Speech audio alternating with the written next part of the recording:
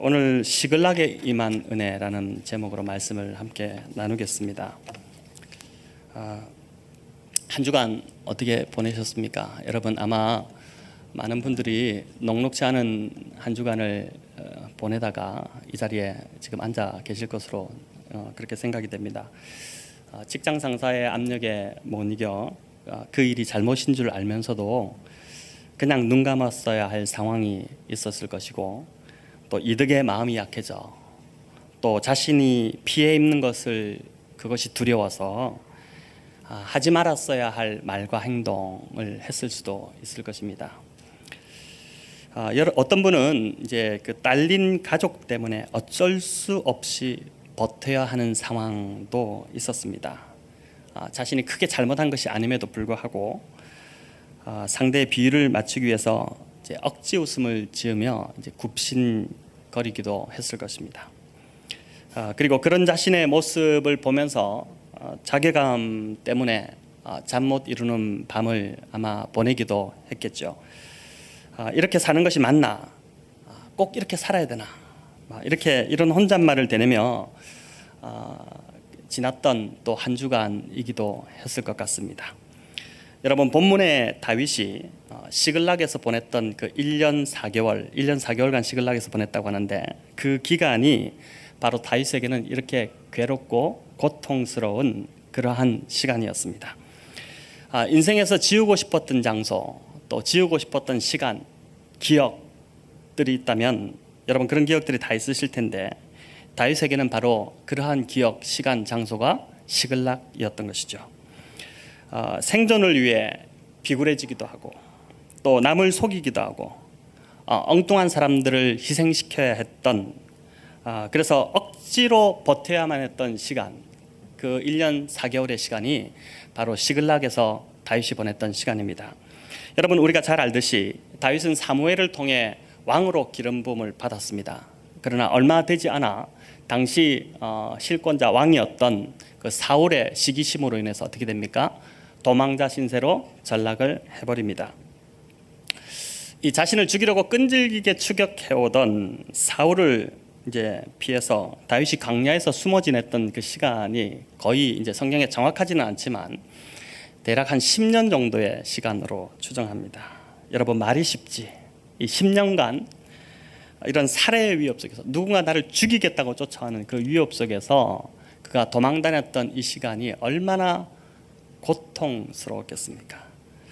이 사울의 집요한 추격을 받던 다윗은 피하다 못해서 결국은 어디로 가냐면은 블레셋의 아기스 왕에게로 피신을 합니다.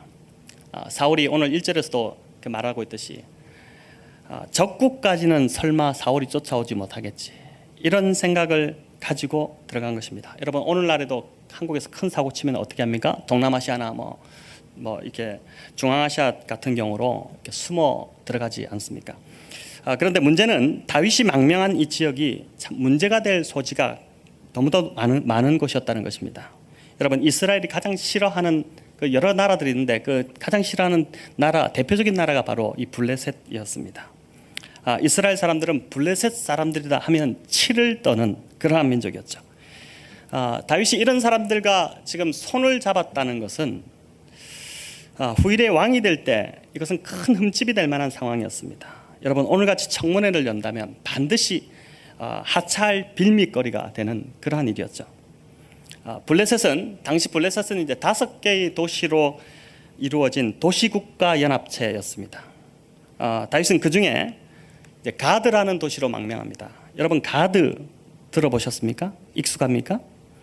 처음 듣습니까? 네, 이 가드는 바로 누구의 고향이냐면은 블레셋의 명장, 최고의 영웅 누구죠? 골리앗의 고향이었습니다. 여러분, 한 10여 년 전 블레셋과 마주해서 전쟁을 치를 때 이 골리앗을 죽인 사람이 누구였습니까? 바로 다윗이었습니다.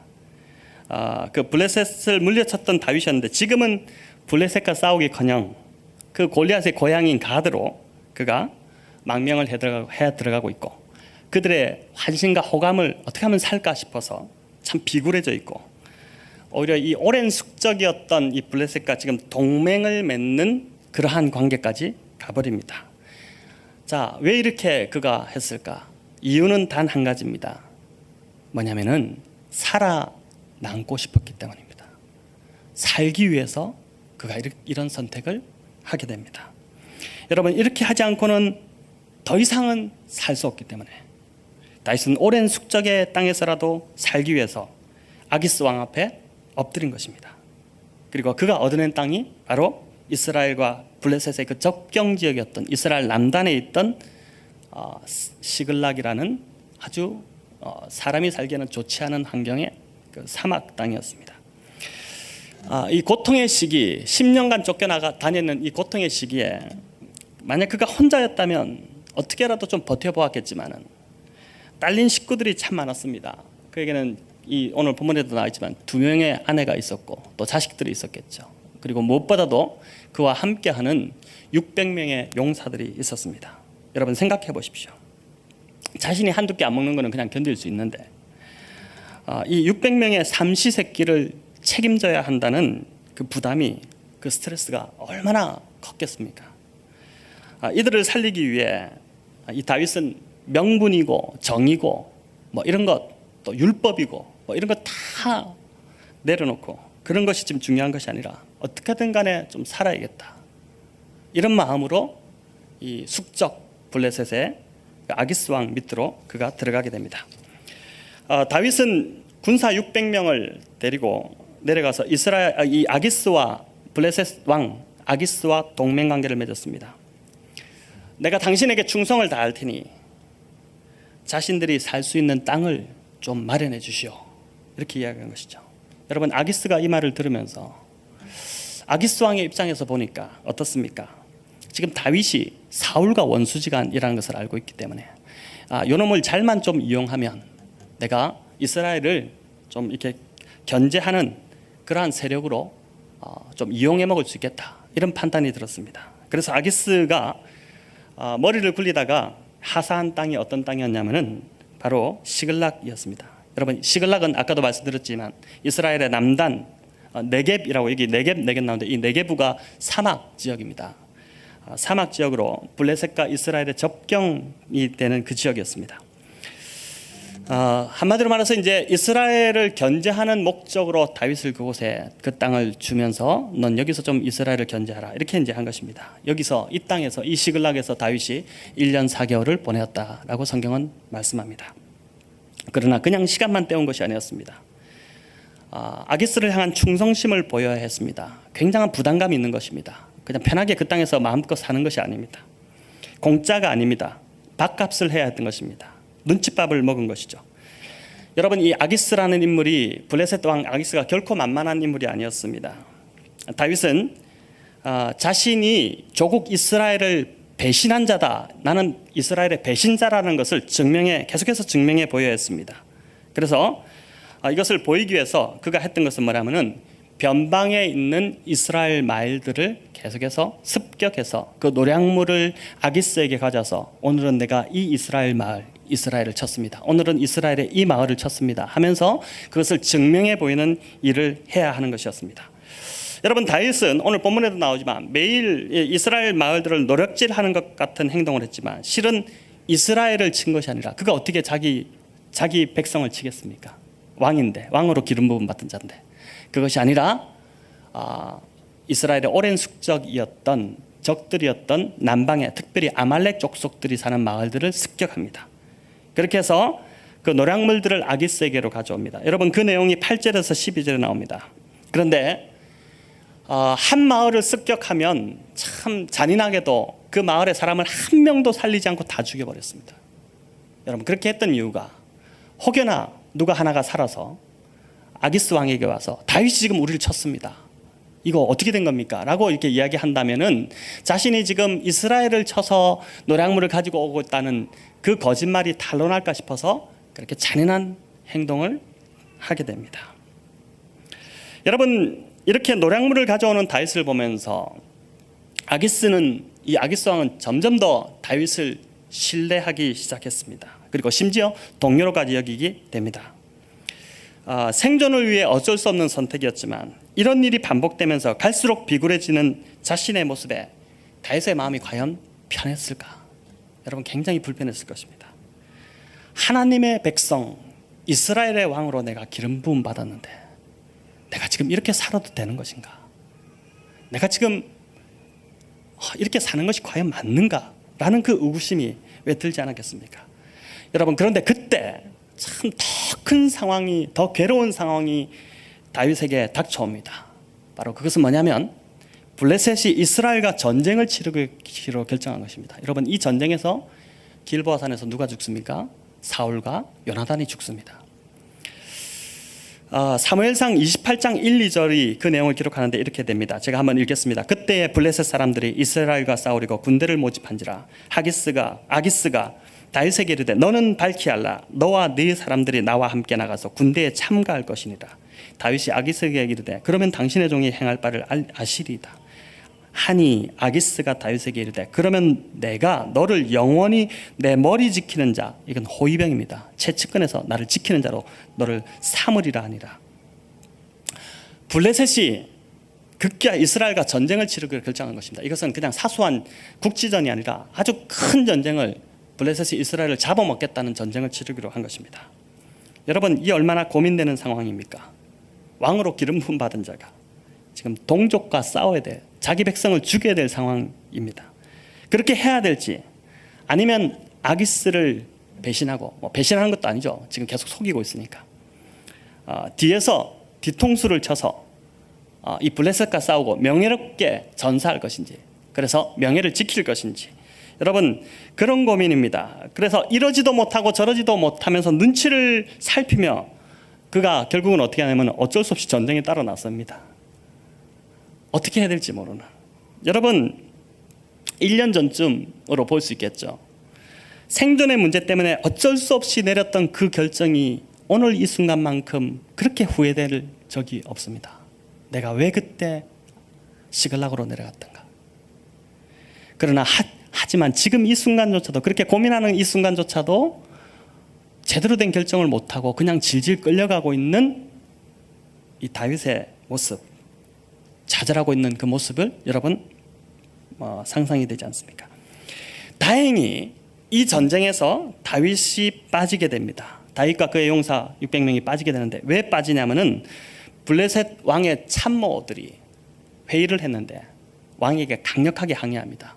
지금 다윗을 이 전쟁에 끼우면은 어떻게 믿습니까? 다윗은 이스라엘 사람인데 뒤에서 우리를 치게 되면은 우리는 그냥 다 참패합니다. 그래서 제외시켜야 된다고 해서 그 항의 때문에 다행히 다윗이 전쟁에 나갔다 다시 돌아옵니다. 시글락으로 돌아오는 이야기가 있습니다. 시글락으로 돌아와서 그 참 또 하나의 스토리가 있는데 그건 나중에 한번 제가 설교를 통해서 말씀드리겠습니다. 그렇게 돌아왔습니다.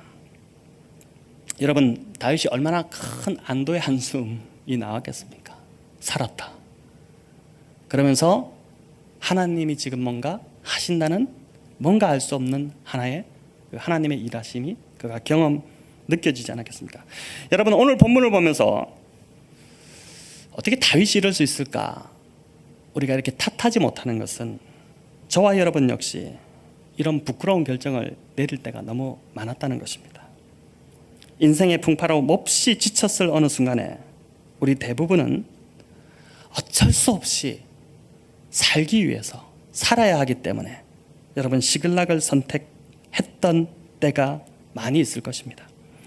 하나님을 모르는 것도 아니고 하나님의 능력을 경험하지 못한 것도 아니지만 시련이 계속될 때 그 상황을 버텨내는 게 너무 힘들기 때문에 그냥 어쩔 수 없이 시글락을 선택해서 들어가게 된 것입니다.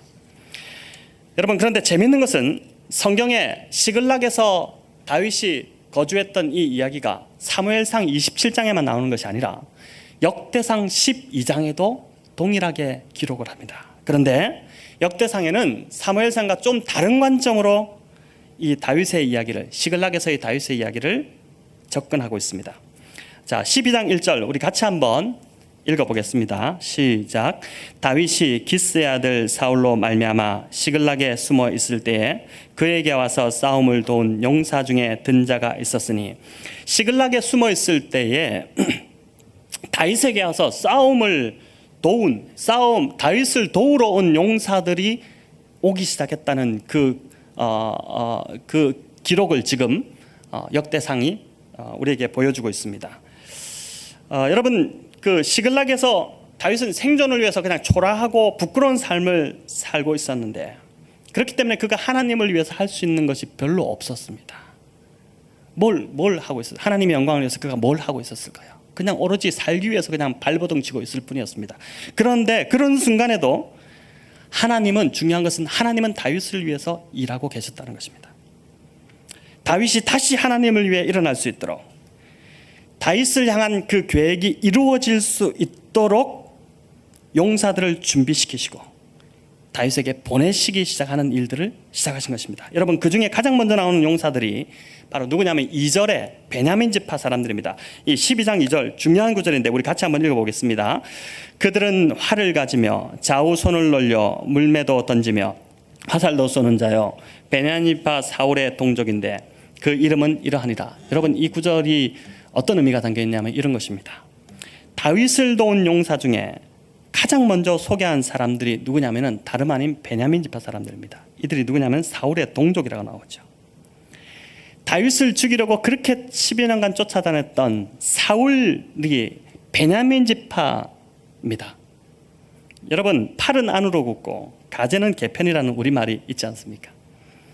사울의 친척이라면 당연히 사울 편을 들었어야 합니다. 그런데 이들이 다윗을 도우러 옵니다. 그것도 12장에 다윗을 도우러 오는 명단 중에 가장 먼저 소개됩니다. 여러분, 이 상황을, 이 현상을 어떻게 설명할 수 있겠습니까? 이것은 하나님이 하시지 않고는 절대 일어날 수 없는 일입니다. 하나님이 다윗과 함께 하신다는 가장 확실한 증거였고, 또 이것이 그 당시 자책하고 있고 또 비관에 빠져 있던 그 다윗에게는 아주 큰 힘이 되기 시작했을 것입니다. 또 4절에 보면 기브온 사람들이 나옵니다. 여호수아 구정에 이들의 스토리가 소개되는데 여러분 잘 아시죠? 기브온 사람들 어떤 사람들이었는지. 이들은 본래 가나안 7족속 중에 한 족속이었습니다. 아주 잔인한 족속입니다. 그런데 여호수아를 속여서 화친을 맺습니다. 사실은 이스라엘 백성이 가나안에 들어갔을 때 가장 바로 측근에 있던 족속입니다. 근데 이들이 사신을 여호수아에게 보내면서 꾸미죠. 아주 멀리서 온 것처럼. 그래서 옷도 다 달아 빠진, 신발도 다 다른 신발을 신겨가지고 떡덩이를 들려서 보내는데 아주 오래된 떡입니다. 그리고 뭡니까? 그 곰팡이가 막 이렇게 나 있는 그런 것들을 들려서 보냈습니다. 여호수아와 이스라엘 백성이 깜빡 속았습니다. 이들은 결국 여호수아를 속여서 화친을 맺었고 이스라엘은 이 족속을 살려두겠다고 하나님과 약속했기 때문에 어떻게 됩니까? 그때부터 이 기브온 족속이 이스라엘 백성 안에서 종으로 그냥 머슴으로 살아가게 됩니다. 여러분, 또 6절을 보시면 고라 사람이 나옵니다. 이들이 누굽니까? 고라의 자손, 모세를 반역했던 후손들입니다. 자, 속여서 남의 것을 속여서 살아남은 이 기브온 족속이나 반역자의 후손인 고라 자손이나 이들은 생존을 위해서라면 머리가 팽팽 돌아갔던 사람들입니다. 눈치가 빠르고 어디에 줄을 서야 될지 또 본능적으로 시세를 읽을 줄 알았던 사람들입니다. 여러분, 이들이 당시 다윗에게로 왔다는 것은 하나님의 역사가 아니고는 이것은 좀 설명할 수 없는 약간 애매한 그러한 일들입니다. 또 다윗이 이들을 보면서 얼마나 큰 힘을 얻었을까. 하나님이 다윗을 여전히 사랑하신다는 그 증거를 보게 된 것입니다. 여러분, 이뿐이 아닙니다. 8절에 보면 갓 지파 사람들이 나오는데 여러분, 이 갓 지파는 어떤 지파냐면 대단한 재능을 소유한 지파였습니다. 그들이 살던 땅이 어디였냐면은 요단 동편에 이제 기름지고 풍요로운 땅이었습니다. 요단 동편에 있는. 자, 그런데 그 땅에서 무엇 하나 부족할 것이 없는 사람들이었는데 재능도 뛰어나고 또 부유한 삶을 살던 사람이었습니다. 그런데 이들이 뭐가 부족해서 지금 광야에 있는 다윗에게로 광야로 나왔겠습니까? 이 아이가 왜 이렇게 자꾸 여기 와서 이렇게 하는지. 네, 일단 놔두시고요. 저를 보시면 될 것 같습니다. 네. 이 모든 것이 하나님의 일하심이 아니고는 설명이 되지 않는 것이었습니다. 자, 여러분, 이 모든 것은 사실 다윗이 이런 것을 받을 만한 자격이 있어서 얻게 된 것이 아니었다는 것이죠. 다윗의 연약함과 실패에도 불구하고 다윗을 향한 하나님의 계획이 변경되지 않았다는 것입니다.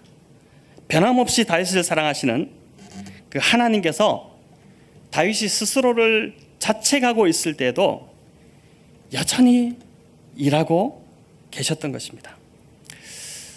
여러분, 신앙생활에서요, 이 중요한 하나의 포인트인데, 신앙생활에서 중요한 관점 하나는 내가 하나님을 위해서 무엇을 하느냐, 사실 이것은 그렇게 중요한 것이 아닙니다.